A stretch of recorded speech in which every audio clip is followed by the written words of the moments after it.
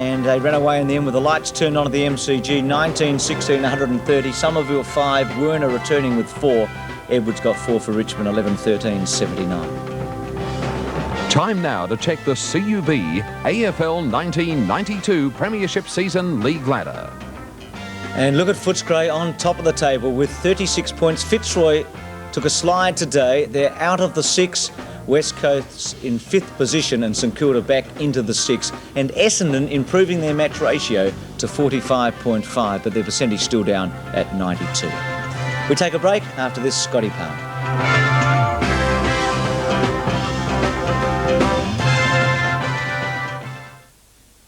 The British are coming to Australia for the same reason they came 200 years ago. Punishment. Rugby League's battle for the Ashes, Friday on 7. With most things in life, you have a choice.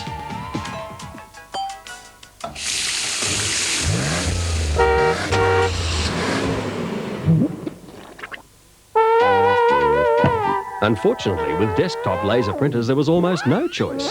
Now Xerox, the company that invented laser printing, gives you a choice. Don't buy a turkey. Choose a Xerox desktop printer from just $15 a week. Why, even in Russia now we have a choice. Call Xerox today. What do you hear on Gold 104? It's good music. My favourite tracks of all time. There she was, just walking down the street singing. The 60s. I like the Beatles. The Stones. In the 70s. Down on the corner, out in the street. Yeah, I think it's a good thing, what they're doing, really. You having a good time? Yes, very. Good time in rock and roll. Gold 104. Good time oldies from the 60s and 70s. He was a brilliant surgeon who had given up. Then he made their struggle his fight. You bow your heads and take this nightmare like you have no choice. I think we should stand up. Their triumph.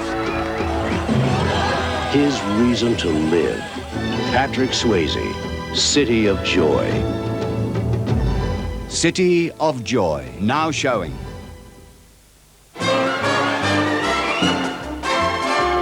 Whatever you do, don't miss tonight's film. Use Listerine, the proven anti-plaque mouthwash that helps remove the bacterial film that brushing leaves behind. I've got you under my skin. I've got you deep in the heart of me. So deep in my heart that you're really a part of me. I've got you under my skin. Oh, it's the turkey! It's a turkey. Don't buy a turkey. Call 246-3600 today and find out how from $15 a week you can get a Xerox copier, fax or laser printer. Call today for the best at small prices. See, Qantas doesn't fly to LA out of Cincinnati. You've got to get to Melbourne. Melbourne, Australia, in order to get the plane that flies to Los Angeles. Welcome back. I can tell you that Scotty Palmer is really punching today. He's fired up. Let's go down to the Sunday Herald Sun and the offices there. Scotty, how are you, mate? Terrific, Bruce. How's Terry Wheeler tonight? Well, he said he's unsure, really, about what lies ahead for the Bulldogs. He said he lost Peter Foster this week, and you never know who he's going to lose along the way. But he said it's important to get as many wins as he can in his hip pocket, because in the pre-season, they made a prediction out of Footscray that they wanted 16 wins, and they're on course. So they have to get them now while everyone's fit. 9 out of 11. Now, what about Mickey Malthouse and the ghost of that man still at the Western Oval? It's still looming out there at the Western Oval. Terry said today that he's very lucky to have this sort of in his armament, how he can say, let's play the Mick Malthouse game when things aren't going the way he planned. Because he said Mick Malthouse, when he was at Footscray, had a lot of young players, young stars hadn't quite matured, and often they had to go into the safety mode. Now he can do that too and just have it there if he needs it. It's a terrific idea. Now the new boy was injured today for Footscray. Steve Cretinuk, yes, he had a bruised hip. He could be doubtful for next week. But what about Simon Atkins? 46 possessions, Bruce. Wonderful game. He's our special guest on Sportsworld tomorrow morning, Scotty. Robert Shaw, now there was a big occasion today, a big build-up for Fitzroy. How did he feel they handled it? Well, he said the Lions handled it a lot better than, the Footscray handled it a lot better than Lions, and he said that's probably the key factor. And he said now there's been a publicised month ahead of us. We've beaten Collingwood, we've played Footscray, we've got Hawthorn and Carlton, and he said the stand's now at 1-1. He said now we have to get a clear reflection of how good the Lions are over the next couple of weeks. Can the Bombers make the 6? What's Kevin Sheedy saying? He's not even thinking about it. He was more inclined today to talk about the comparison between Peter Somerville and Roger Merritt, one of the old Bombers. He said Roger Merritt matured late in his football career, played a lot of games in the seconds and came good late. And he feels that Somerville, who even looks a bit like Merritt at one stage, could be another big boy, you know, come good late in life. Well, I get the message, Scotty. Terry Danaher and Simon Madden. Well, yes, Sheedy was quite open about those today, and he said that we love them, we care for them, but they're coming down from the mountain, he said. We have to take that into consideration. And he said that Terry suffered badly bruised ribs today in the seconds. We'll have x-rays taken. But he was also talking about black magic out there today with Kickett, Wanganeen and Willie Dick running around. And he said, I fell in love with the Aboriginal players when he first saw a film of Maurice Rioli back in the 70s, and he said he's kept an eye on him and he loves to have him in the side. Bruce? Alan Jeans? Didn't talk much about Richmond. He said we're undermanned. He said Matthew Knight's 21 leading us today. We need more depth, and he was very, very pleased with Essendon's performance. He said they're a pretty good team, the Bombers. And what about Tony Lockett, mate? We were down there at Moorabbin this morning at 9 o'clock. 100 other people were there. Tony ran out on the ground. He put his hand above his head and tried to do a bit of marking, but it came up very slowly, according to Kenny Sheldon, and we just couldn't take the risk. Now, Darren Flanagan and Laurie Bingham could still be in the 20 to play Collingwood on Monday, Bruce. Scotty, it's a long weekend. We've got to leave you there. See you tomorrow on Sportsworld. What's coming up? Well, tomorrow, 2 big games. Carlton against Geelong and Melbourne against Brisbane. And then on Monday, Collingwood, St Kilda and Hawthorn against Adelaide. But the big story today was Footscray. They were magnificent in defeating the Lions. Good night. This has been another 7 Sport production, the network of the 1992 Barcelona Olympics. Football 92, proudly brought to you by Mitsubishi Motors, BP Australia, CUB, Westpac, SIO, Vulcan and Mitre 10. You're invited to the happiest movie of the year. Jake and I are getting married. It's a fun-filled wedding. Trust me. Where the big surprise will be Dad coming out alive. Alan Alda is the frazzled father of the bride. With Madeline Kahn. Eddie, you're getting crazy. Molly Ringwald. Australia's Anthony LaPaglia and Home Alone's Joe Pesci. It's a good thing we didn't have children. You probably would have eaten them. For the first time on television, Optus Communications presents Betsy's Wedding, 8:30 Sunday on 7. News Update, brought to you by Vulcan Dish Legs. Good evening, Peter Mitchell with the Newsroom latest. Still no resolution from a lengthy conference between the ACTU and APPM at the Industrial Relations Commission in a bid to resolve the Burnie paper mill dispute. Members of the ALP are pushing Graham Richardson to replace Stephen Loosley, who resigned today as party president, and more pressure on the royal family, with books claiming Princess Diana attempted suicide over her marriage. Tomorrow's weather cloudy with a few showers, 14 degrees the top, and overnight low of 7. For now, good night. Nobody knows news like 7. OK, I admit it. I never used to lift a finger to help scour the griller, scrub the pots, scrape the plates and shine the glasses. But not anymore. Come clean. Get a Dish Legs. Channel 7 is proud of its role in helping to develop an industry-wide code on the portrayal of violence on television. This code will help to ensure such issues are dealt with in a uniform and responsible way. If you'd like more details, just write to this address. Introducing a new dimension in V6 four-wheel drives.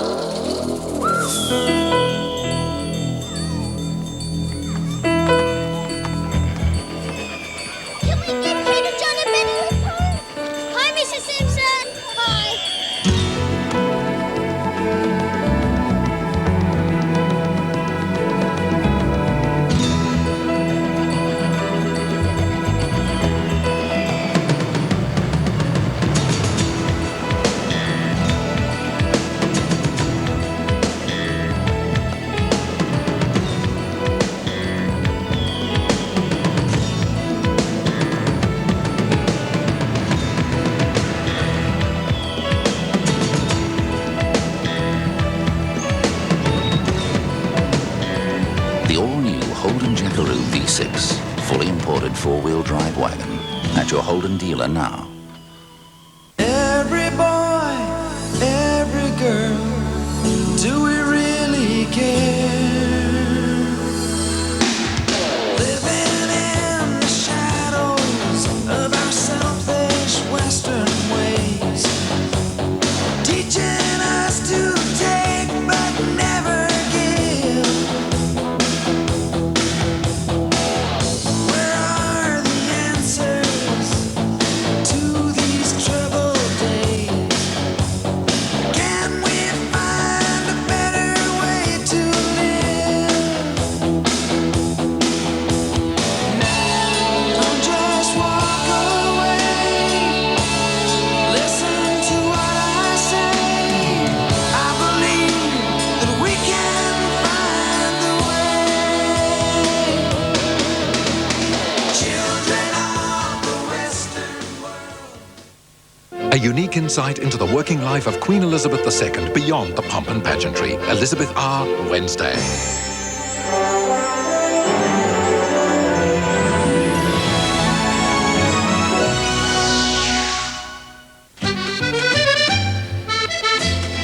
Do you know I've just discovered that your phone has up to 45 minutes talk time and 8 hours standby time, so if I... Call for Motorola! We can talk and talk and talk. Right, pick up your skis. It's going to be great fun.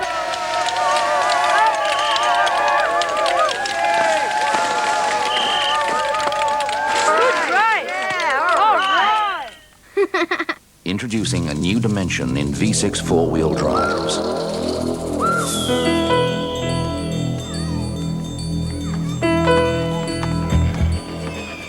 Can we get Peter, John and Benny home? Hi, Mrs. Simpson. Hi.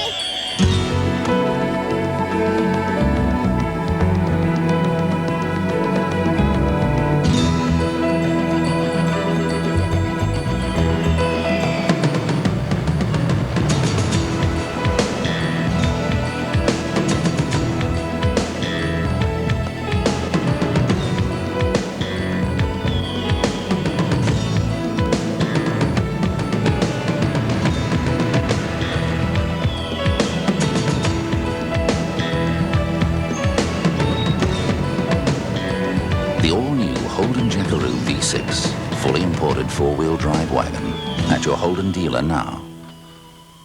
Joe Pesci from Home Alone and Alan Alda as the father of the bride, with Molly Ringwald in Betsy's Wedding. Premieres 8:30 tonight on 7.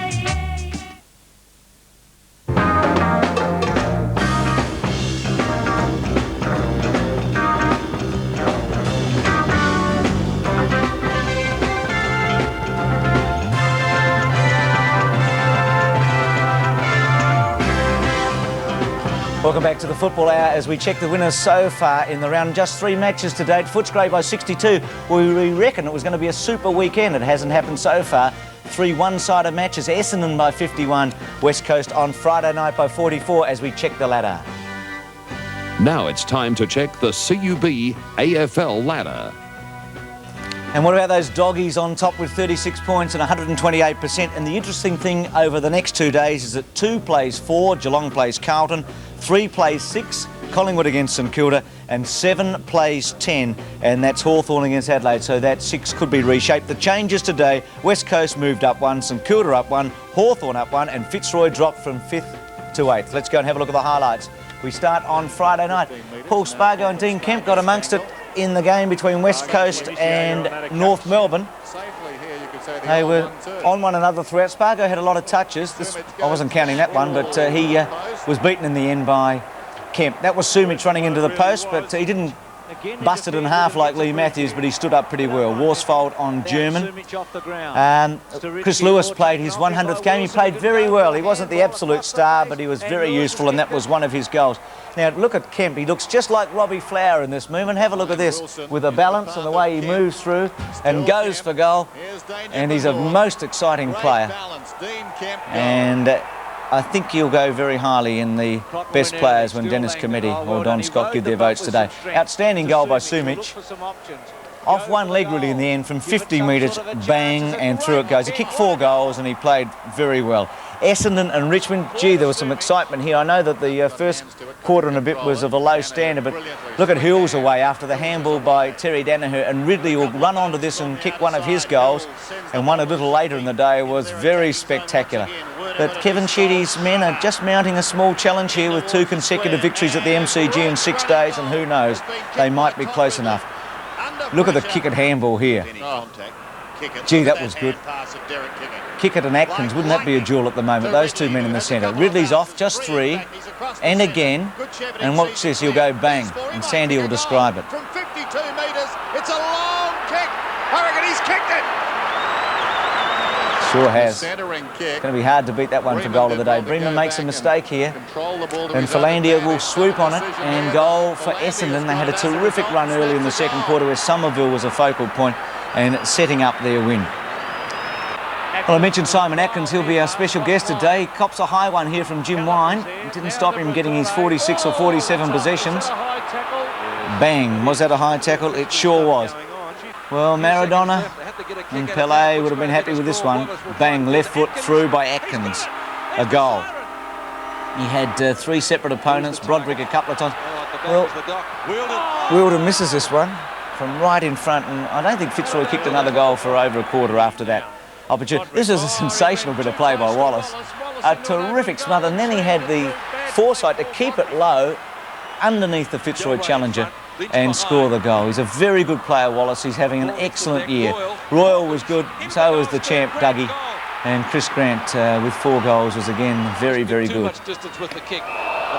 That was Baxter and McCormack, and Royal again, the little give to Grant, to Del Rey, who's in very, very good form, Del Rey, and kicked the 6.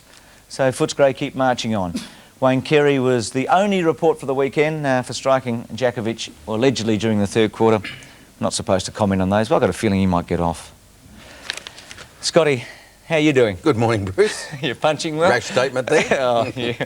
I was there at that match. I reckon it's got a bit of a chance. Now, I've written down all your notes today, Scotty, and I've thrown them away. I don't know what I've done with them. It's Barry Mitchell. What's happening there, mate? Well, the Swans are devastated and quite shocked by the fact that he's been charged a second time for that one offence. And tomorrow they're going to seek legal opinion on it in Sydney, Bruce.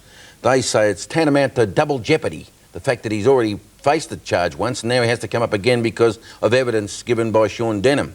They're sort of really shocked by it all, and you know, legal opinion coming into a tribunal, it could be a very delicate matter over the next couple of days. It's a good movie, Double Jeopardy. You'd remember that one, Scotty. I think Barbara Stanwyck. Now, Barbara Stanwyck. Yeah, your period, Scotty.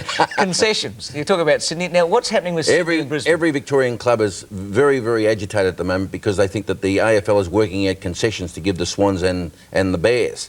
Now, the first suggestion, and it comes from north of the Murray, is that the rich interstate clubs, why not let them pay for the poor interstate clubs, meaning that perhaps Sydney and the Bears could take the first 2 draft picks out of West Australia and South Australia, leaving Victorian clubs alone. And that's, I think, one of the suggestions already put to the AFL. Gee, they're digesting it now. They paid a bit of money to even get into the AFL, Paul West Coast and Adelaide. You're going to slip them again. They're going to be in the draft anyway, but they feel that this is... They know that the Victorian clubs are not happy about any more concessions. Now, you broke the news about Jay Burton and Richmond. What's happening there? Well, Jay is coming to town. Jay will be here in a fortnight, and I watched that Richmond game yesterday, and Alan Jeans will probably need all the depth he can get. Now, this kid's I think he's about 6'6". He's Matthew Burton's brother, and he's playing in the seconds over there at Subiaco.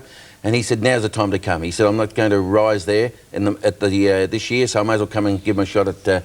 with the Tigers. Oh, the golden voice from the West is with us today, Dennis Committee, so I might ask him if he thinks he can make an impact. What about the June draft? What's happening there? This weekend, I think all the league clubs' match committees will be looking over their lists, and unfortunately a lot of blokes are going to be dropped off. Jimmy West has already been dropped off by the Swans, along with Willis, who's a bit of a surprise, and also Alan Thorpe now, and Laurie Keane in Perth, who's been injured from 1989, really. He doesn't feel that he'll last the June draft out, so, but he could be one of a series of long-term injuries that find themselves on the wanted list or unwanted list on Tuesday. Now, is it true that Tom Cruise has been offered the part as Tony Liberatore in the Footscray movie? Danny DeVito. Danny DeVito, is he? Danny DeVito. Footscray is going to be a movie, there's no doubt about it. They've put the synopsis together, Too Tough to Die, and everyone is juggling out there to see who's going to play the parts. Peter Gordon, the president, would like to see Mel Gibson, but they reckon Lucky Grills might play him. And who's going to have the Ross Oakley role, I wonder? Ross Oakley? Someone like Boris Karloff, I'd say. Scotty, he died 10 years ago. Now, just a quick one. I know we've just got a wind up a moment ago. I'm having trouble with my English today. Footscray, Collingwood in 2 weeks at Victoria Park. That stadium's not going to be big enough for that match. It's going to be a big problem for the AFL. Could it be now. relocated? It's 2 weeks away. I suppose it could be relocated. They've done a lot of juggling up to now. They have to realise now that Footscray is a drawing power, and along with Collingwood, it's going to be could be a top of the ladder show. So it'll be enormous. It'll be great to see it at the MCG or Waverley even. Keep punching. Good on you, Bruce. Thank you, Scotty. We'll take a break. The panel and Simon Atkins after this.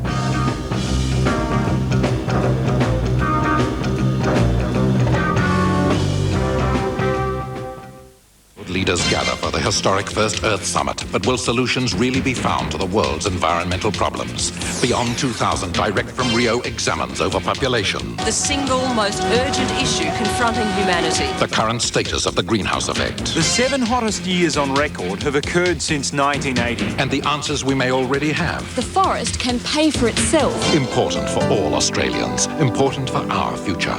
Optus presents a Beyond 2000 special, Tuesday.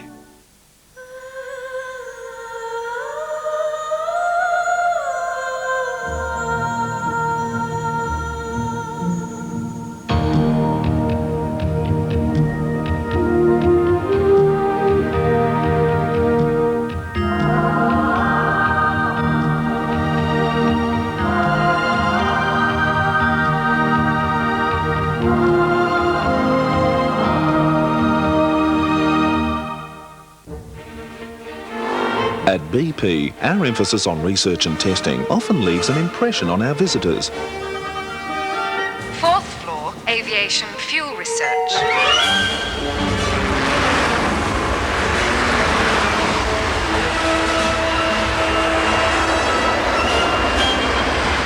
Sixth floor, marine oil testing.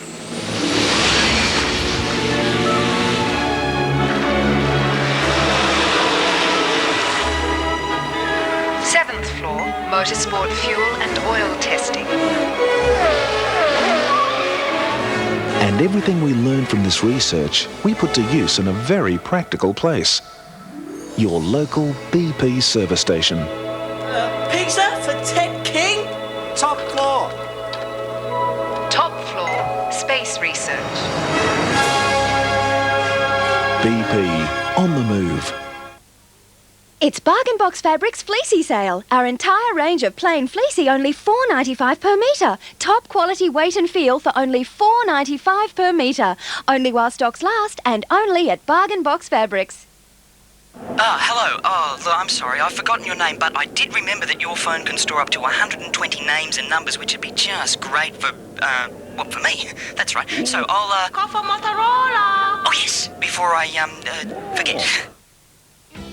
This is the official symbol of Australia's Olympic Games team. And this is Willie, the team's official mascot. Every time you buy a product that features Willie or the Olympic symbol, you're helping to send our team to the 1992 Olympic Games. And you're helping them win gold for Australia.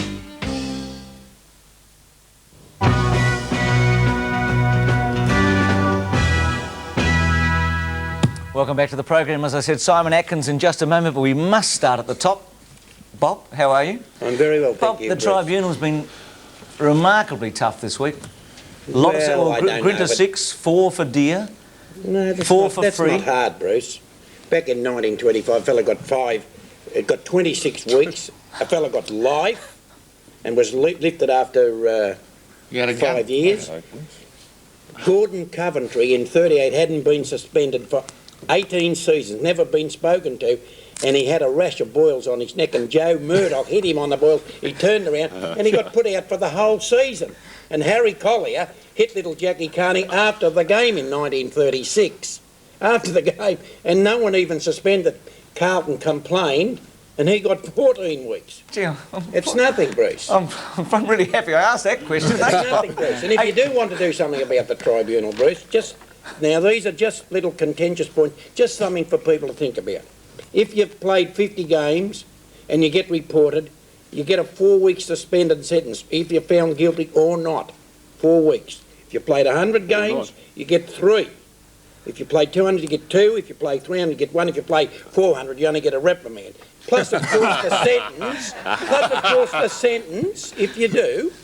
Now, the next bit is... Oh, that's ridiculous, Bob. Why is it? It's going to stop people from getting reported, Bruce. Isn't that the object of the exercise? But Michael Tuck could have got out and domed someone in the grand final and knew he wasn't going to get suspended after his 400. Very rare that he wouldn't do it after 400 what I want to know, games, Bruce. did Gordon Coventry, did one of those boils break in that incident or not? No, unfortunately, he still had to go and get them land stopped.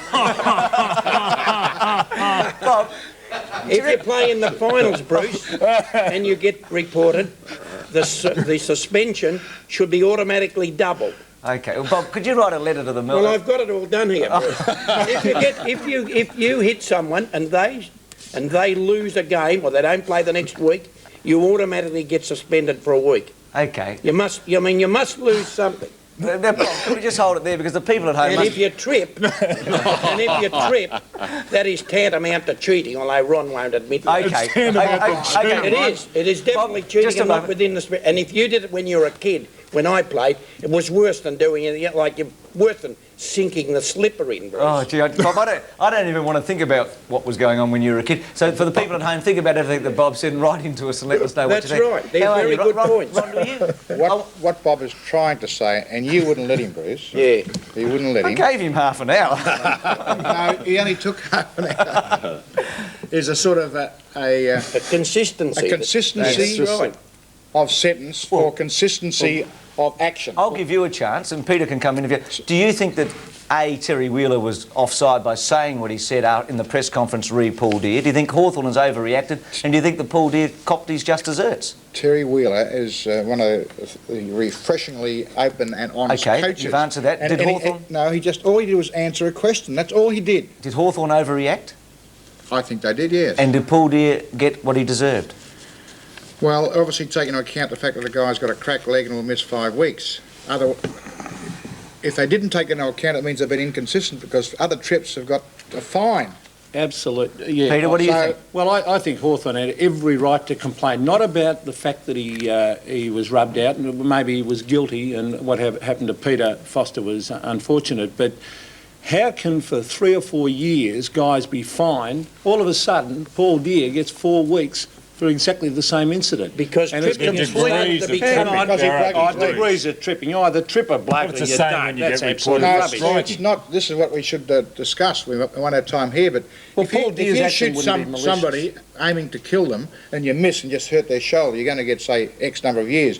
But if you shoot accurately and kill them, same idea, you'll get life. So isn't it the same sort of thing? The result of the incident has its effect on the sentence. Now that's all they've done. I would have thought intent of the incident was the most important. Well, the intent was to trip them in. The intent wasn't a malicious act, though, was it? Well, it's a reportable incident. It's not within the spirit of the game, is it? Okay, we'll leave it there for a moment. It's very dangerous, and it should be heavily dealt with. For that reason, it's very dangerous. You have given us an extreme example, by the way, Ron, with the shooting. I was thinking of you. Oh, good. I hope you're not a good shot. Good morning, Don. You've already said something, so we'll go straight to Dennis if that's right. How are you? Yeah, not bad, Bruce. Not bad. Something for Ron. Okay, give it to Ron. Go on. There we are. Now, a chap came into the TAB, James Alexander, and I can't tell me what he said, but he's sick of you complaining about the uniform, so he's given you this to wear. I bet it says Don Scott. No, it doesn't. No. It says stud here, so it must be. In your case, Ron, it must be a very old T-shirt. Dennis? Good morning, Bruce. I feel like the teaser stallion this morning, if you'll pardon the expression, Ron. It's, you don't have teaser stallions, you have teaser ponies. Oh, well, that's what I feel and they were cut late in life. And they're all called Don Scott. Just going... Now, Dennis, I'll change the subject for a moment. Can Jay Burton play? Well, I've not seen him, actually. I'm glad you asked me that. I'm told he can. I'm told he can, and he doesn't trip. Okay, What's he doing in the seconds then? Can we introduce Simon Atkins, gentlemen? Yes, thank you, Bruce. Who went to the... Good morning, Simon. How are you? Morning, Bruce. Yeah, not too bad. Congratulations, by the way. Magnificent performance personally and from the club so far this season. I was looking through the performances last night and I was trying to work out what the highlight of the Footscray season might be to date. What do you reckon it might is? Well, naturally the game changed to the MCG against Carlton was a highlight, but I think the game last week against Hawthorn, going against the Wind in the last quarter was very much a highlight, probably turned us that we could realise that we are probably a top team now. Well, the interesting thing yesterday was I think a lot of people felt that Footscray, because of the emotion involved with the Hawthorn win on Sunday, may have found it hard to come up again, but they didn't have any trouble coming up in that third quarter. Is that the best quarter of football the team's played this year? Oh, yeah, most certainly, and I think going around the change rooms after the game was probably the best quarter that Footscray's ever played. I don't know if that's right or not, but it was, it was great to be a part of that third quarter. Yeah. But the best quarter would be their best quarter in their premiership, because there's a premiership there. But Yeah. apart from that, your handball is just terrific. Have you always had that as part of your game, even as a kid? Probably as a kid I had it. When I first started playing senior football, I was more of a kicker, but yeah, it's been a part of my game and I've just developed it over the years. And you also add to this a skill which is really seen today. In fact, it's not seen because it really comes off, and that is a one step in the middle of a pack and bang with a torpedo. It's very unusual. Have you practiced that? Not at training, because Wills doesn't like us kicking torpedoes, but I think if you think you're kicking them well, why not have a go at them? And it might travel 60 metres and go through for a goal. So if your confidence is up, I think they come off, yeah. Simon, it seemed to me yesterday the side is just playing with this amazing enthusiasm and excitement, and 5 players running to a guy to congratulate him. But some of these young guys have improved out of sight. Stanfield, Delray and Keenan Reynolds impressed me. Yeah, I think that goes back to during the off-season we had 3 camps, training camps you might call them, and the whole idea of them was young fellas coming up and being leaders, and I think that has really pushed through in the Footscray side this year, that our young fellas say, hey, I'm going to lead the side here, and I think we've developed well from that. Yeah. Peter, sorry Simon, give us your votes and then Bob wants to ask Simon something. Well, the votes were difficult after Simon. Simon was absolutely outstanding and best on ground, but finally I went for Darren Baxter. For 3 quarters he was outstanding and ruck roving, and faded in the last quarter as a lot of the Footscray players did. Stephen Wallace I gave 2 votes because his use of the ball is outstanding. Stephen Wallace, every time he touches it something positive happens. And Simon Atkins in the centre. Well, the great thing about Simon, not only does he get the ball, but most importantly he uses it to affect every time, whether it be by hand or foot. I know what you're about to say, Ron. I bet you don't. You're looking at me to say something why I didn't get Scott Wind or Paul Roos in the votes. Particularly Paul Roos. Well, I'll tell you why I didn't put Paul Roos. Lost the game in the Hang first on, half. I'll tell you why I didn't put Paul Roos in the votes. Paul Roos had 29 kicks and he tried his heart out all day to lift the Fitzroy side. But number one thing at centre-half back, you have to mind your man, and he left Chris Grant 3 or 4 times, 40 metres, the ball was rebounded to Chris Grant. Chris Grant kicked 4 goals. I think they were marvellous votes, Peter, and because you showed the skillful players, and what I wanted to ask Simon was, the skill level at Footscray has lifted at least 50%.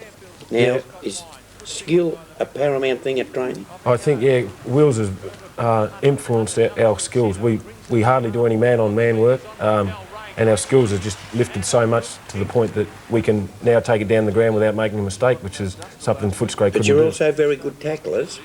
Yeah, we only do marginal work. You know, Wills likes to leave that to the game. If you can't tackle in a game, he thinks you can't play football. Right. Simon, the week before I watched Fitzroy-Collingwood, and it was evident that Fitzroy were hunting in packs, and as soon as Collingwood got out in the open in the last quarter, they looked dangerous. Were you aware, or was this made aware to you, of the way Fitzroy attacked the game the previous week, and did you consciously try and keep it open? Yes, it was made aware to us all during the week that Fitzroy, they really like to close the game down, particularly in the midfield. And with our midfield group, you know, as you know, we like to get it and run it. And we really worked on that in the week leading up, that get it out of the packs and just run it. Interesting yesterday, Simon, after the game, Robert Shaw said that Fitzroy had trouble coping with the pressure of match of the day status. What about Footscray? It seems you'll play in the finals. What sort of pressure on Footscray, given all the excitement, all that's happened in the last couple of years? What sort of pressure and what sort of effect will that have going into the finals, do you think? Well, I'm only guessing at the moment. We're just getting used to it at the minute, and it's good to be getting used to pressure to play in the finals, so hopefully we'll be able to handle it well and look forward to it. And the pressure of the western suburbs and all the political things that have gone on in the last 2 years, of course, will be brought into play in a final campaign, won't they? They certainly will, yeah. Well, Simon, then you would like the game against Collingwood to be transferred to the huge crowd? Yeah, as Will says to the press, he likes to put us in a final situation. Yeah. And I think that would be a typical final situation with, say, 70,000 people. That's right. There's no chance of that game being transferred because Oh, Collingwood you on the commissioners now? Collingwood have to have their guaranteed seven games, home Victoria Park. games. How many have they had? Got to be. Well, that'll be one of them for sure. I think they are a bit stuck. Only they're guaranteed specific games. But I think they are are guaranteed 7 home games, Bob. But I want to ask Simon. I think Footscray's Achilles heel for a couple of years has been in defence in certain positions. Tony Campbell, Bernard Toohey have made an enormous difference to that side, haven't they, with their strong play? An immense difference, especially with the retirement of Rick Kennedy. We really needed a full-back that would just hold it together, and Tony Campbell, he just come along and he's filled the spot superbly, and Bernard Toohey is just a running half-back flanker that joins stuff up and likes to look after us on ballers. And they're playing hard football, that defence side. Yeah, very hard, yeah. They don't like giving away. They've got their aims and they like to keep sides down to 100 points. Simon, at the end of 1990, 2 years ago, if one had said, well, let's look forward for Footscray 2 years hence, which is now, you'd probably put yourself where you are now. Yeah. In other words, last year was perhaps just a dip, an unexpected dip. Because you're quite a promising side 2 years ago, and now 2 years later it's coming to fruition. Yeah, well, as you know, Terry Wheeler stated his ideas on it 3 years ago, that he wanted to play in finals this year and maybe win the premiership next year.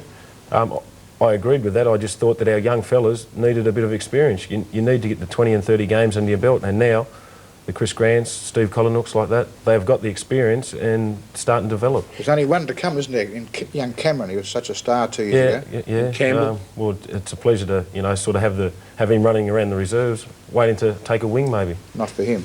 Yeah, not for him. Yeah. Do the Footscray players accept that philosophy? You know, everyone wants to get success very quickly, but you've sort of stated rather nicely that, well, 3 years is not that long. Can you keep them together for 4 years? Well, you'd hope so. How long did Hawthorn keep it together for? So once you get success, I suppose you want to always keep being successful. I want to ask you a simple question, but do you believe you can go top? I mean, because I think it's very important that you've got to believe it. And do you believe that Footscray can win the premiership in 1992? Well, it's still hard to believe that we're sitting on top of the ladder. Like I pick up the paper there this morning on top of the ladder. But we like to take it a week at a time. We've got our own goals set. And if we come along and take the premiership out, well, I'll take it quite happily. Well, it's the standard answer that I guess I expected, but sometimes you've got to dream things to actually realise them. Yeah, the dream's there. And just finally, I mean, and it's a difficult one. You started your footy with Mickey Malthouse, and there's been a lot of talk about Mickey Malthouse and his influence at Footscray, etc., etc. He's been extremely successful at West Coast. Just a quick comparison between playing under Mickey Malthouse and Terry Wheeler. They're about the same, I reckon. Mick was slightly more defensive because he didn't have the skillful side that Footscray is now. I mean, he did with what he had, that a very tight defensive team. If you can keep a score down and win the game, well and good. And Wheels has used that now, plus we've got a skillful team that can kick 20 goals a game. So without Mick, we wouldn't have our tight defence. Without Terry, we wouldn't have our good offence. Fair enough. Well, you can dream about finals. You might even be able to dream about a Brownlow medal. It's early days, but you're on the way. Thanks for giving up your time this morning, and well done, Simon. Thanks. Simon Atkins, who's been an absolute star for the Doggies this year. We take a break. The Bombers and the Tigers after this.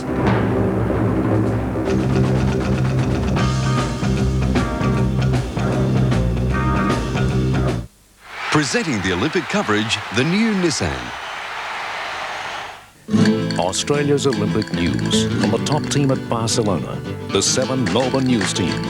Peter Mitchell, Ian Hislop, Sandy Roberts, Peter Landy, Drew Morford. Throughout the game's coverage, Australia will get their Olympic news from the 7 Melbourne News team. Not just any news, Jennifer Kite and 7 Nightly News. Alexander's Suit Sale. Designer labels, Contoni and London Park. Out they go for just $149. Only Alexander's could offer style like this for just $149. Alexander's, the look, the name, the price. SIO? I've had an accident. I was worried until I phoned SIO's 24-hour helpline. They phoned me a cab and I had my car towed to an SIO registered repair facility. This is the sign that represents a new standard in quality smash repairs and an exclusive 2-year guarantee. These guys are the best. No need for a second quote, and they'll look after your claim form on the spot. No problems. Talk to SIO now for comprehensive motor insurance. Insurance as it should be. It's the fantastic 4-day sale at the Carrum Downs Clearance Centre. Everything is on sale and thousands of items must go. Sandwich makers $19.95, hairdryers $14.95, trolley jack $169, 3-piece Chelsea lounge $349, 3-door kitchen dresser $289, entertainment centre $269 and 4-piece bedroom suite $279, plus thousands more items must go in the 4-day sale at the Carrum Downs Clearance Centre from the 5th to the 8th of June, 568 Frankston Dandenong Road, Carrum Downs. Off interstate this week? All over Australia, thrifty businessmen know the smart way to save money. Feel the power of the big V6 motor. Experience the luxurious interior of the fantastic new Mitsubishi Verada. And everyone in the thrifty fleet has been fitted with a state-of-the-art hands-free car phone. And as a special introductory offer, you can drive the new Mitsubishi V6 Verada from as little as $90. Yes, $90 a day.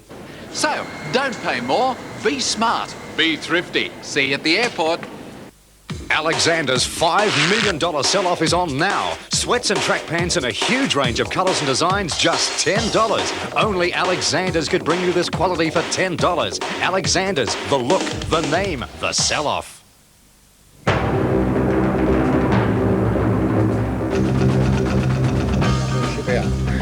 Welcome back. There'll be a full replay, by the way, of Bob's opening remarks at midnight tonight on 7. So set your video recorders for that. Dennis, Essendon and Richmond yesterday. Essendon obviously setting it up in the second quarter. Kevin Sheedy has been vocal and said that he believes he's got a young group of players. It'll take a couple of years, but they're going to be very, very good. They're on the right track? Funny sort of game. It didn't define very much at all yesterday because Essendon, after quarter time, certainly dominated. In the first term, it was Richmond who were the better team. And I don't know what it proved about Essendon, simply because it's hard to get a line on the opposition. Richmond, I thought, were very disappointing. If we take a look at the votes, I gave Gavin Wanganeen top votes. Very difficult to split the first two. Wanganeen, though, didn't really make a mistake in the back pocket. I thought he was terrific. He closed down Naish completely. Derek Kickett, 36 possessions in the centre. Well, he could have been best on ground, probably very close to it, as I say. Kieran Spawn on a wing, that's where he plays his best football. Early yesterday, when Essendon was struggling to stay in the game, Spawn was a very good player for them. In fact, their entire centre line was very strong. Here's Kickett again. 36 possessions means a lot of magic on a football field when he gets the ball that often. And after Richmond's start, you would have thought they were going to be right in this game. In fact, at quarter time, I thought it would be close, but then they compounded. A couple of mistakes, I thought, in what they did with their personnel, too. Honeybun went back onto Somerville at the start of the second term. Somerville immediately responded with a couple of goals. He'd been playing on Gale in the first quarter. Good sides can recover from that. Bad sides can't, and I thought that Richmond really dropped their bundle. Because I suppose they had someone on Lambert as usual? Yes, Lambert was tagged. I'm just trying to think who, Ron. It's a good question. He certainly wasn't an influence in the first term. He means a lot to Richmond, doesn't he? Oh, yes, he does. Yes, he does. But wasn't one of his great games yesterday. Chris Danaher, serviceable. Serviceable. I was saying he tagged Lambert, yeah. I think. Oh, I'm sorry, yes. Well, Maxfield and Knights and those fellas have been getting away and doing very nice things. And Edwards, how did they look yesterday? Edwards looked good, I thought, on the forward line. Maxfield had his problems with Kickett. And just going back to the tag on Lambert, from midway through the second quarter, Essendon did as they liked. I think they just ran off their players, and Lambert copped one in the face in the second quarter, and I'm not sure he was a priority from then on. They didn't play him too closely. Dennis, Essendon looks as though they have bitten the bullet and starting to play a few good young players, and I saw them the week before. Very impressed with Paul Hills. Yes, played very well. I mentioned their centre line yesterday. They won right across the middle. Interesting, there's good and bad news as far as Essendon are concerned, simply with Alessio playing well yesterday, Somerville playing well, also Salmon to come back into that team. I suppose Kevin Sheedy would think about the future. He's got to bring Salmon back. He's got Madden waiting in the wings. I can see some problems in the balance in this team, and I think there are going to be some hard times and hard decisions lying ahead, despite the fact they could be winning games. Somerville, isn't it? The fact that Salmon and Madden were there, well, he really hadn't had the opportunity. Essendon is still a chance to make the finals. I mean, that would be their thinking now. They've got to be very careful that what happens with Madden and Danaher doesn't become a distraction to them in the overall, making the finals. I mean, because I can see that. Alessio looks a player of great promise, and Somerville yesterday was a key player on the forward line. They did put a lot more pace into their side. though, Dennis, with those younger fellas yesterday. Yes, yeah, Alessio's very mobile for a player his size. Hills goes quickly. Yes, Kilpatrick was good on the half-back flank, and he's a good size as well, perhaps cutting Danaher out. They've got plenty of key position players. I think there are some problems. More speed, more leg speed. Yes, which was lacking in their team. They weren't terrific yesterday, but it's hard. Bob, you can overcome that deficiency. Well, that's not quite true. Well, it is very true. Footscray aren't particularly fast side. Greg Williams not particularly fast. If you think quick enough and you act quick enough, I think you can look pretty fast. But just on Danaher and Madden, they've made the hard decision there. They've made the emotional decision to drop them to reserves. They had played in reserves, so that's out the way now. So the rest of the way they treat them on selection, I'm talking about, should only be on reason, on logic, shouldn't it? But it becomes very subjective, doesn't it? I mean, if they play well in the reserves, do you push them up? Do they... Oh, of course you do, if their form warrants it. Well, of course, if their form warrants it, but if it's line ball between a player like Alessio and Madden, it becomes very awkward. All I'm saying is it could become a distraction. There could be debates around the club and in the football public when they're gearing themselves for a run on the finals. It's just not an interesting or not an enviable situation as far as Sheedy's concerned. Well, there was a man called Jack Mueller in 1948, brought back from captain coach of Melbourne Reserves and played an absolute dominating role in the whole final series, including the drawn game, for the whole month, coming in from reserves. The same sort of thing as Madden perhaps could do. Don't get me wrong, Ron, I'm not making a decision here. I'm just saying it could be awkward. That's all I'm saying. And I think it's a fair point, the discussion it's provoked here this morning. Look, just one point on Derek Kickett. You were involved with Derek earlier in his career, and this is not a slight on Bomber Thompson, who's a great leader, but it's almost as if Kickett's leading that side at the moment with his leadership on the field. Does that surprise you about him? Do you get the same feeling with him, that he's leading from the front and is very much the leader out there for Essendon? Inspirational sort of player. Yesterday in the first quarter when it was tough, and I mentioned Richmond were the better side in the first term, Kickett certainly was the player for Essendon, and he does so much with the ball. He involves other players, sometimes to the detriment of his own game. He makes mistakes, I think, trying to incorporate other players. He's an exciting player, and one of the few players in the league I think I'd pay to see week in, week out. He's terrific. Yes, he is. He's brilliant. Well, Don Scott, and you were also, Dennis, at the game on Friday night, North Melbourne, West Coast. West Coast winning by 44 points, and it was really, Don, the inaccuracy of West Coast that kept North so close for such a time. Do you get the feeling that the Eagles are chugging along nicely and just ready to mount the big challenge this season? Well, they've got a couple of guys to come back in too, Bruce, and they did particularly well after half-time. Maybe the fact that the weather, it was raining in the first half, and that's a great leveller. But yes, the inaccuracy in the first half also might have flattered North Melbourne. The scores, or not the scores, the votes, Kemp definitely best on the ground.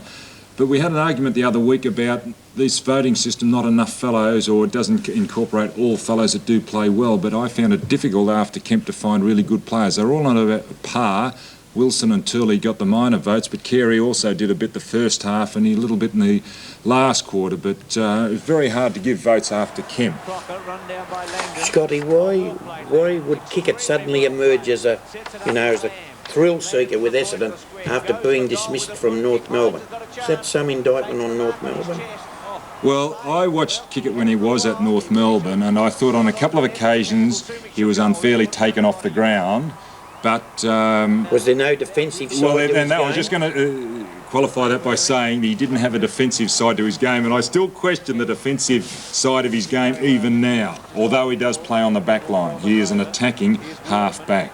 Also, don't you, Don, see a lot of times the guy given the second chance. I mean, he knows he's on his second chance. He thinks perhaps... But he's still, I don't think he's really turned the corner yet, because I don't think Kickett's as fit as what he should be. Oh, that might be... Physically fit. That might be so. I'm just talking him playing a lot better. Players grab their second chance. They put a lot more dedication to it. Just on your point about West Coast as being inaccurate, I don't think it was so much that. I think a lot of their points were just balls that were touched going through. They weren't bad shots. There weren't many bad shots in their big tally of points. Well, they scored 5-14 in the first half. But that's what I'm saying. 19 points to 19 shots to 9. I know. It's all there were a lot of rushed, and I did make the point about accuracy. There were a lot of rush. You are correct on that. John, you for many years have stated that ruckmen are the most important people on a football ground, which I haven't stated that. Well, you think they're the most important person on the ground. Is that going to be a problem for West Coast? Well, they haven't had a ruckman now for a couple of years. Does that mean ruckmen are unimportant? No, but what they did... Because they're a very good side. Can I have a go? So what they did on Saturday and on Friday night was an interesting battle because Oshenko in the first half really did control it as far as getting the hit-outs. But then Djakovic was using his mobility, and then when Hines did come onto the ground, he caused a problem too. Although they didn't get the hit-outs, they started to even the hit-outs out. But the mobility of those fellows was a problem. So you had a contrast in styles. Those guys don't know what rucking's about, yet they use their mobility around the ground to be effective for their team. Oshenko didn't get a mark. I know, and he hardly got a kick, did he? It was a pretty wet night to take marks early. Oh, no, come on, he should be able to get 5 or 6 a match. Do you think you're getting the most out of Oshenko at North Melbourne? I think he can improve in his mobility. I think when you're on the ball, as long as you are, these ruckmen, they should pick up at least 13 kicks a game. OK, fair enough. 13 kicks, Don Scott says, so we'll watch those stats from now on. Now, last Sunday, Bernie Quinlan said Footscray that Wind, Atkins and Hunter were the best three against Hawthorn, so Simon Atkins has had a fair 6 days. Ron Barassi was Essendon and Sydney. Ron, I don't know how you came up with it.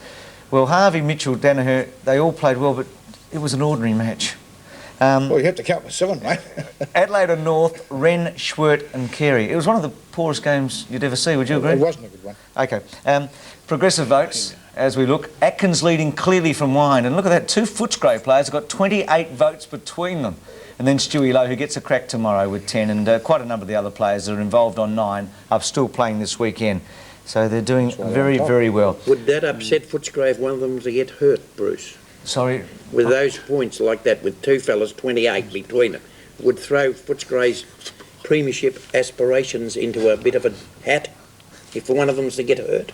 Well, I think Wind would be a huge loss, and so would Atkins in any team at the moment. There's no question. Wind has been magnificent, and so has Atkins, so it's not a bad point you've made there, Bob. Thank you for that.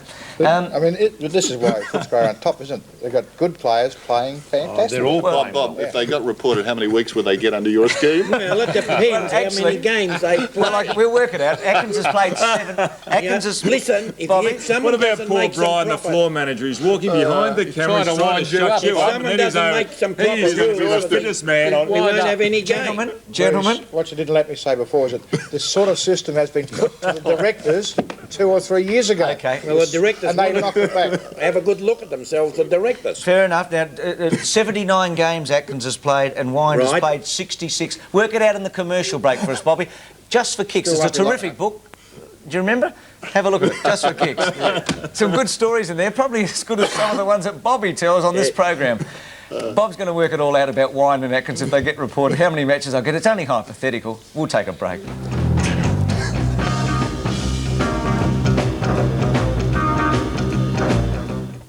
There's a big double today. Live, Brisbane confront Melbourne, plus the Carlton Geelong clash.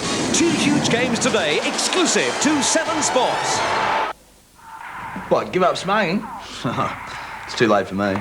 Even if you've smoked for 40 years, you can benefit from quitting. But I put on weight. The average weight gain is less than 3 kilos. But it relaxes me.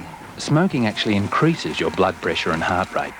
It can relax you to death. Well, everything's dangerous these days, isn't it? Smoking kills more Australians than road accidents, alcohol and all other drugs combined. If you really want to quit, start by giving up the excuses. Then call the quit line. At BP, our emphasis on research and testing often leaves an impression on our visitors. 4th floor, aviation fuel research.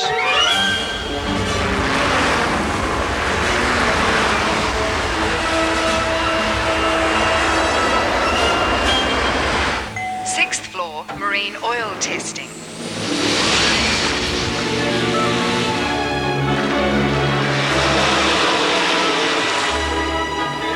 Seventh floor, motorsport fuel and oil testing. And everything we learn from this research, we put to use in a very practical place. Your local BP service station. Pizza for Ted King? Top floor. Top floor, space research. BP, on the move.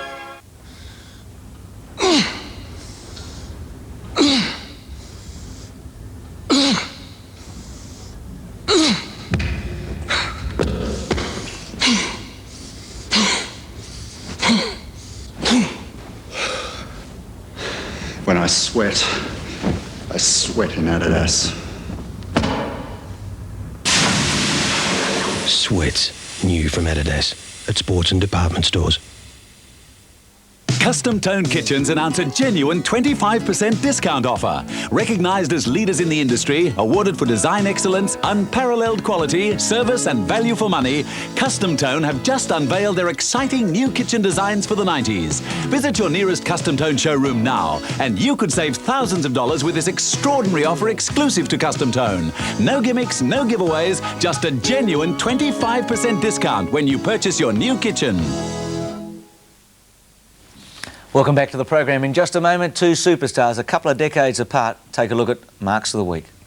The Mark of the Week and the Mark of the Year are proudly brought to you by Mitsubishi Motors. I think he's sensational. The first mark is a very courageous mark by Wayne Carey, running back with the flight, hugged it to his chest, top mark. And here's some magnificent skill shown by Gavin Wanganeen. Look, eye on the ball all the time, never lost control of super mark. Now the next one, Wayne Carey again. Look, front position, good forward play and hugs it to the chest, top mark. Brian Royal, who's in great form, good strong hands, kept his eye right on the ball and played that mark very nicely. Now this is Darren the Doc Wielden, 2 bites of the cherry, but presence of mind to duck back and take it on the second bite. But Bob, that's the smallest group I've ever seen. I went upstairs looking for a bit of old black and white film of you to add to the list. I'll bring in some box brownies next week. That'll be good. One over John Coleman. Lou Richards, more like. He mustn't have been John Coleman. Anyway, the winner was an Essendon player, and Gavin Wanganeen. I thought this was a very nice mark. You see the control he's got, brings the ball, breaks it to one hand, drops it down his other and never loses control. A very nice, courageous, strong, skillful mark.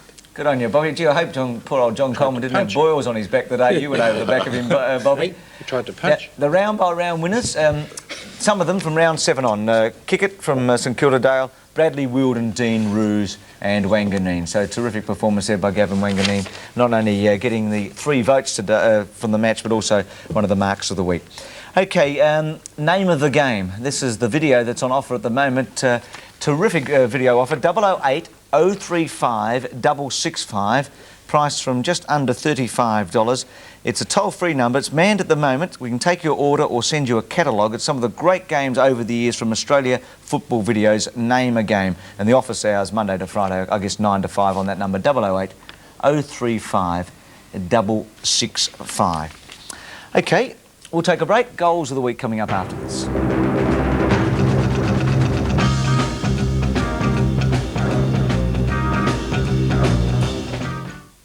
From Real Life, a special close-up. This week, Goldie Hawn and Steve Martin talk to David White. We defy you to watch. Real Life, 6:30 weeknights on 7. When I finally give this game away, I don't want to be worrying about money. Sure, I've got superannuation. But is it enough to live well on? So, I had a chat with my bank, Westpac. Their financial advisors really helped me plan for my future. Even showed me how I can top up my super. Now, thanks to Westpac, I'll have plenty to live on. I'm really looking forward to putting my feet up. Ever had a what am I going to do now experience? You know, like...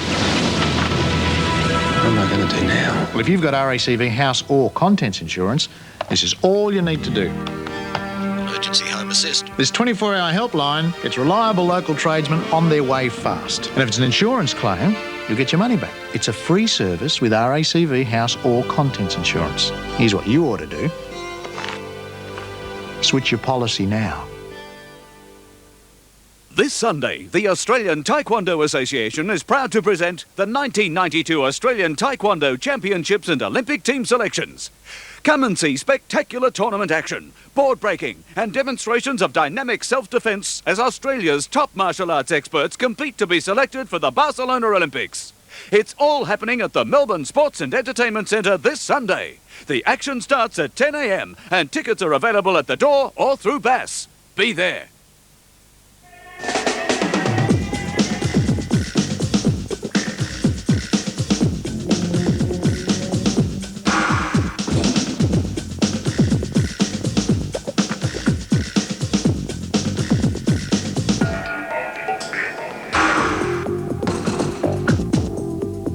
Blacktop's a street game. Observe the street rules. Life is short. Play hard. Reaper. Australian Football Video presents Grand Final football at its best. Relive St Kilda's 1966 Premiership victory over Collingwood. A magnificent video recalling the day the mighty Saints took their first flag. And the 1977 North Melbourne double pack, featuring the Grand Final draw and replay against Collingwood. These two videos show the Roos winning their second flag in 3 years. These historic football contests are an essential part of any sports library.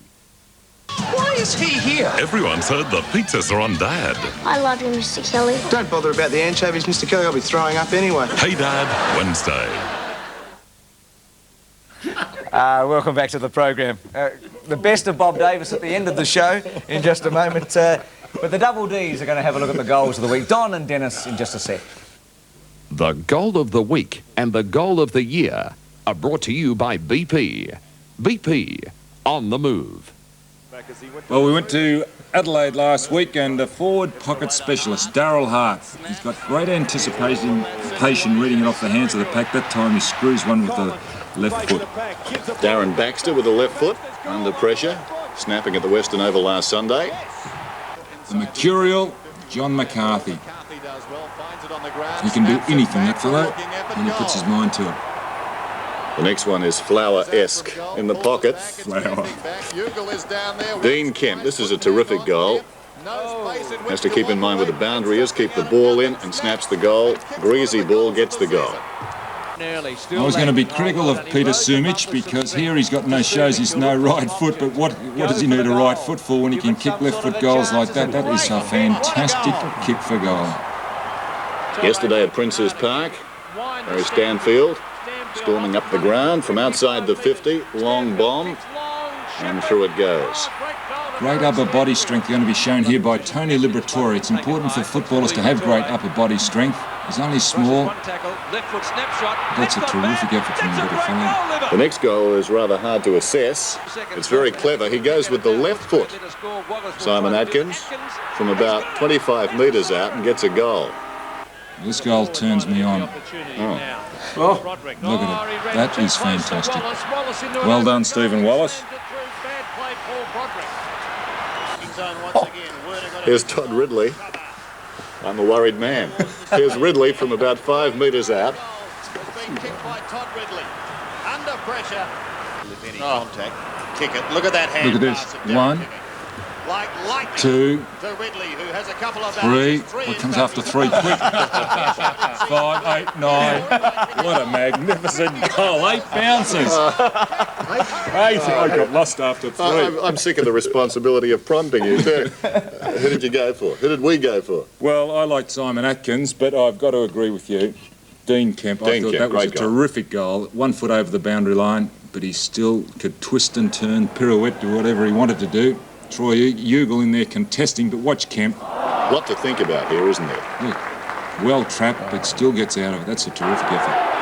And the placement of the ball on his foot to bring it around was magnificent also. Yes, all round, Bobby, wasn't it? So Kemp joins Kickett, that's the St Kilda kicker, Dacos, the Essendon kicker, Krasiska Hinkley, and 6 other players, round by round winners of the goal of the week. Dunstall leads, not much action in the goal kickers. Del Rey to 27, but the top men not involved on the weekend. Gee, that was interesting, finding out what turned Don on there. I'm sure a lot of people at home were interested in that.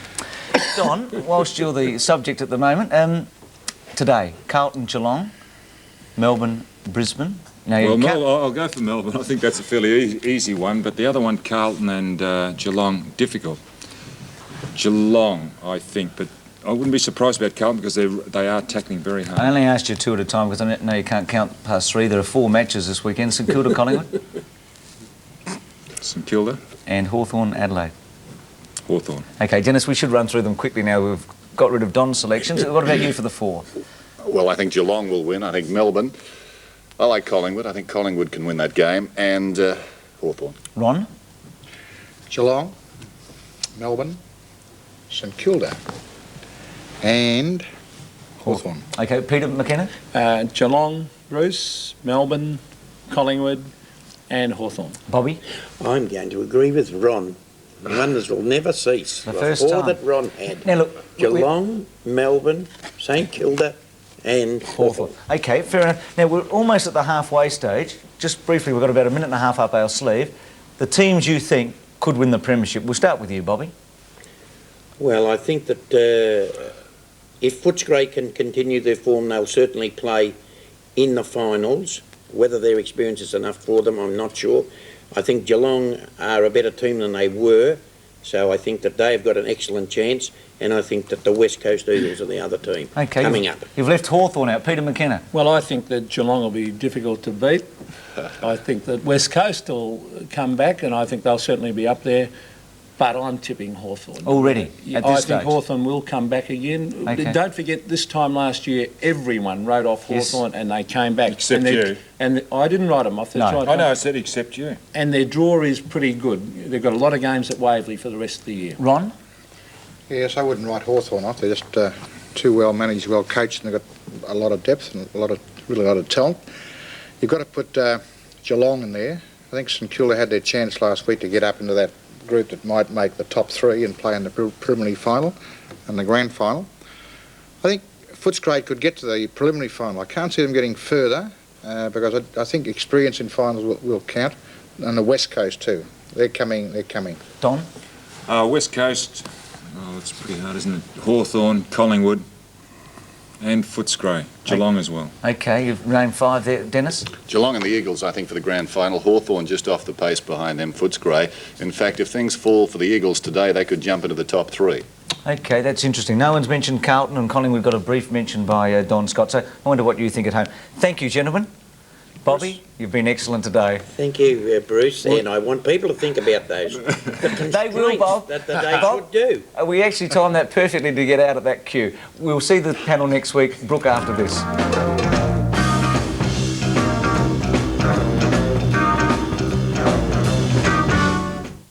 She's lived in our hearts for 10 years. It's called love, isn't it? And will live on in our memories forever. Goodbye, Shirley. We'll miss you. Monday and Tuesday on A Country Practice. Now I'm in business. Do you want to see her? Never thought you'd ask. And I never thought we'd get there. Finance companies, what do they care about me, I used to say. But then Essendon sent Jim out. Cherry pickers to cranes? Seemed too big a leap. Cole proved me wrong. He's got his cash flow worked out for the next 18 months. So this is the fly, Jim? Yep. And Jim doesn't just talk numbers, he talks cranes. He'd done his homework. Not to tell me how to run things, but so as he could help me grow. See you soon, Cole. Yeah, see you later, Jim. He's got contracts with some big companies. He's on his way now. At Essendon, the way we see it, to be truly successful, a business relationship must be based on one thing, recognising that you know your job and we know ours. The World Championships? A few months ago, I was all set to trade my old Commodore on a new one, just like I had a couple of times before. Well, I traded her all right, but on a new Mitsubishi Magna. I considered all the options, and the Magna won hands down. Sure, it looks better, but the story's a lot deeper than that. It's the overall quality, the quietness, the feel on the road. It just makes you want to keep on driving. Inside, the Magna's got the lot. I just don't think there's a car on the road that gives you a better value for money.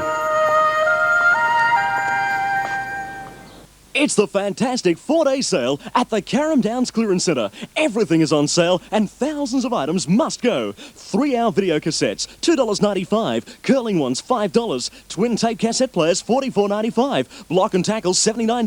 5-piece pine settings, $2.89. Computer desks, $99. Jackie wall units, $349. Plus thousands more items must go in the 4-day sale at the Carrum Downs Clearance Centre from the 5th to the 8th of June, 568 Frankston, Dandenong Road, Carrum Downs. It's crazy catalogue sale time at the Furniture Spot, where else could you get Swiss 3-piece leather look lounge suites for a crazy $599, or wall units from just $299. Bedside tables an insane $28. They've slashed the price of the 7-piece dinette setting down to $299, and this magnificent bedroom suite also just $299. Where? The Furniture Spot, Heidelberg Road, Fairfield, and High Street, Melton. Spot on the top value, the Furniture Spot. A special Monday night double exclusive to 7 Sports. First up, it's the heated clash between number 3 Collingwood and 7 St Kilda. Then Dover's Hawthorn's encounter with Adelaide.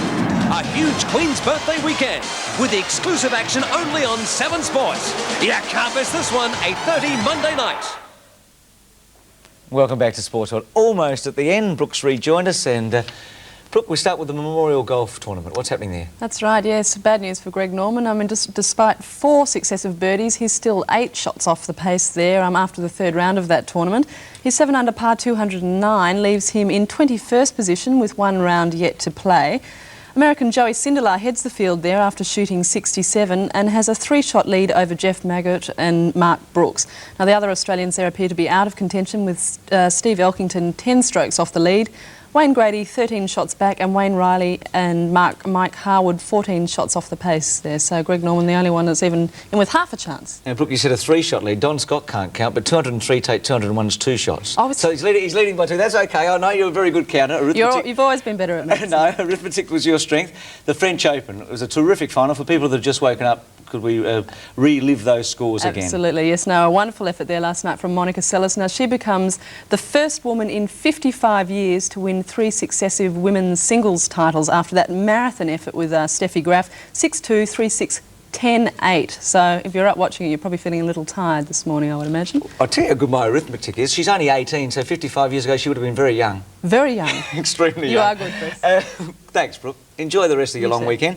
What's coming up on 7? A lot, so we'll race through these. AFL today from the